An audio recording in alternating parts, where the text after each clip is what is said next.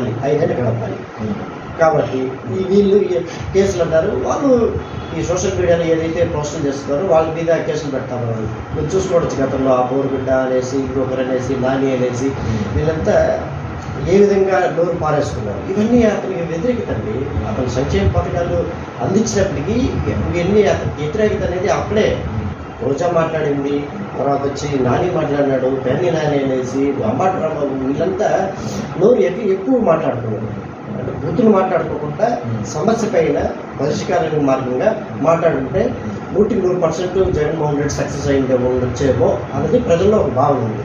వీళ్ళు రోజు ఫోన్ తెరిస్తే ఇదే వాడట్టోడు, వీడట్టోడు, వాడనాకుడట్టోడు, ఇట బూత్ మాటలు, ఆ కొడాలి నాని మాటలు చాలా ప్రజలని ఇంపాక్ట్ చేశాయండి.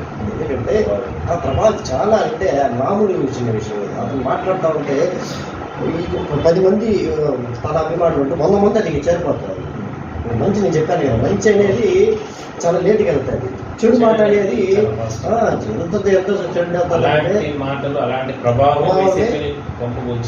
ఖచ్చితంగా 100% ఈ విధంగా రోజా కావచ్చు, బోరుగడ్డ ప్రసాద్ కావచ్చు, ఇంకొకరు నాని కావచ్చు, రోజా, వీళ్ళందరూ కలిపి ఆ ప్రభుత్వంలో ఈ మాటలు లేకుండా ఉంటే వాళ్ళు చేపల్లో చూపించుంటే చేపలు చేసింది వాళ్ళు చెప్పుకుంటే కూడా సరిపోయింది.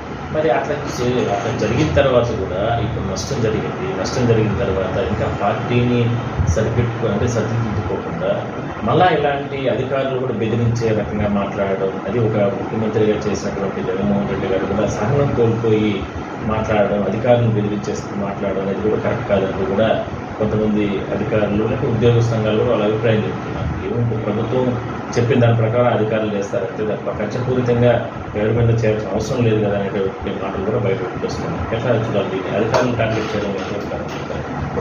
అధికారం టార్గెట్ చేయడం అనేది నేను చెప్పింది కరెక్టే. ఎవరి పని వాళ్ళు చేసుకుంటూ పోవాలి. న్యాయస్థానం పరిధిలో మాత్రం వ్యవస్థ చూసుకుంటూ పోతుంది. ఐపీఎస్ పరిధిలో వారి పరిధిలో వాళ్ళు చూసుకొని పోవాలి. ఎక్కడ పక్షపాతంగా వ్యవహరించుకుంటున్నారు అది ఉన్న వాస్తవం.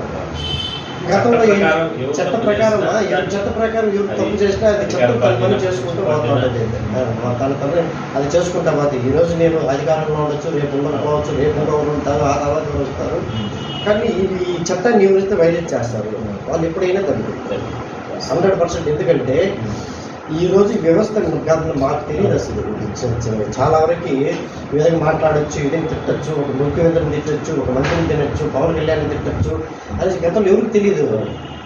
అది భయం ఉండేది.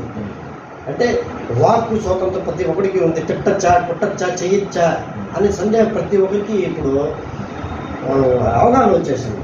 అంతకుముందు లేదు. వీటి మీద ఫస్ట్ చట్టం తన పని చేయించుకొని వస్తూ ఉంటే ఏ బాధ ఉండదు. దీనికి అధికారులు అండ, దానికి వెనక పక్క నుంచి ప్రజలు కూడా పోలీసు పని పోలీసు చేసుకుంటాము, న్యాయ వ్యవస్థ న్యాయం చేసుకుంటాము, జడ్జి పని జడ్జి చేసుకుంటున్నారు. ఇక్కడ వెనకాల కొంతమంది నాయకులు వాళ్ళు ప్రోటోకాల్ ఇస్తూ ఉన్నారని చెప్పేసి అంటారు. ఇచ్చిన వాళ్ళు ఎప్పటికైనా ఇది వెనకటికి ఖచ్చితంగా దెబ్బ అనేది వాళ్ళకి 5 ఏళ్ళే కదా ఈ ప్రభుత్వం ఉంటుంది. ఏ ప్రభుత్వం అయినా 5 ఏళ్ళ తర్వాత మళ్ళీ మారుతుంది అనేది గుర్తుపెట్టుకోవాలి. ఎవరు ఈ వ్యవస్థలో ఉండదు. నేను చెప్పిన అధికారులు, పోలీసులు కావచ్చు, ఐపీఎస్లు కావచ్చు, ఐఏఎస్లు కావచ్చు, ప్రతి ఒక్కరు దాన్ని దృష్టిలో పెట్టుకోవాలి. ప్రజలకు ఎటువంటి పాలన చేయాలి, ప్రజలకు ఏ విధంగా మనము సంక్షేమ పథకాలు అందించాలి, ఎవరు అర్హులు ఎవరు ఉన్నారు, వాళ్ళందరూ కరెక్ట్గా ఉంటున్నాయా అనేది చూసుకొని ఈ మనం చెప్పినట్టు ఇప్పుడు ప్రభుత్వం మీద కూటమి ప్రభుత్వం వచ్చింది. వాళ్ళు ఇప్పుడు అమరావతి కట్టడానికి బిల్డింగ్లు 10 అంతస్తు బిల్డింగ్ టైం పడుతుంది. టైం ఇవ్వలేదు మనం. ఫస్ట్ టైం ఇచ్చుంటే కడతారు, చూసి ఇంకొక 5 ఏళ్ళు ఇచ్చుంటే తర్వాత ఇది చేసుకోవచ్చు. కానీ ఇక్కడ ఒక ఛాన్స్ అనేది ఎంతో వచ్చినారు, వాళ్ళు చేశారు. అదే చెప్పి సంక్షేమ పథకం ప్రతి ఒక్క ఇంటికి అందినాయి. ప్రతి ఒక్క ఇంటికి చెప్పాను కదా 100% అనేది. పల్లెల్లో టౌన్ లేకండి, పల్లెల్లో అందినాయండి, టౌన్లో అనేది మనం ఆలోచించుకోవాలి. సంక్షేమ పథకం అంతే, ఇంకేం లేదు. డెవలపింగ్ చంద్రబాబు నాయుడు ప్రభుత్వంలో ఒకటే అండి, మనం అభివృద్ధి చూసుకోవచ్చు 100%. అనేది ప్రజలకు తెలుసు. అప్పుడు చెప్పుకోవడం అంటే నవ్వినారు. ఇప్పుడు డ్రోన్ అంటా ఉన్నాడు. ఆ డ్రోన్లు డ్రోన్లు కూడా నవ్వుతా ఉన్నారు. ఆ డ్రోన్ లేదు అన్న పెడతా ఏం చేస్తా అనేది మరి చూడాలి అది ఆయన ఏ విజనరీగా చెప్పాడు, ఆ డ్రోన్లు ఏ విధంగా ఉపయోగపడతాయో, మళ్ళీ లాస్ట్కి కూలీ వ్యవస్థ లేకుండా పూర్తిగా చేస్తుందేమో కూడా మనం అది కూడా ఆలోచించాలి. ఎందుకంటే ఒక పని బిల్డింగ్ కట్టాలంటే మేస్త్రులు ఉండాలి, కూలీలు ఉండాలి, సిమెంట్ ఎత్తే వాళ్ళు ఉండాలి. ఆ డ్రోన్లే వచ్చి కింద నుంచి పైకి మూట ఎక్కడ వెళ్ళిపోతా ఉంటే మళ్ళీ కూలాడికి పని ఉండదు. ఆ కూలాడి పని దొరకపోయినప్పుడు వాడు ఏ చోట పనికి పోతాడు. చదువుకోలేదు కాబట్టి ఇంక చదువుకోండి, నా పిల్లల్ని చదివిస్తే వాడు భయం పడుతుంది. ఏదో ఊపులు ఉంటాయి కదా. నిజంగా ముందుకు మనం ఆలోచిస్తే, పెద్దోడు ఇంటికి పెద్ద అనేవాడు ఆలోచిస్తే అన్నీ ముందుకు వెళ్తాయండి. నువ్వు వాడిని మాట్లాడుతూ నేను చెప్తాను, నేను చేస్తాను, పడతాను అంటే మన సీనియర్టీ ఒక సోషల్ మీడియాలో ఎక్కువ మాట్లాడుతూ ఉంటుంది. అరే అది మాట్లాడుతూ ఉంటుంది, ఈరోజు చేతులకి నమ్ముతారు. అవసరం అది 5 ఏళ్ళ తర్వాత ఎట్లా ఎవరుంటారు ఏమో తెలియదు. వస్తే మీరు బాగా పర్లేదు, మళ్ళీ రాకపోతే అది చెడు ప్రభావం అనేది ఎక్కువగా ప్రజల్లోకి వెళ్ళిపోతుంది.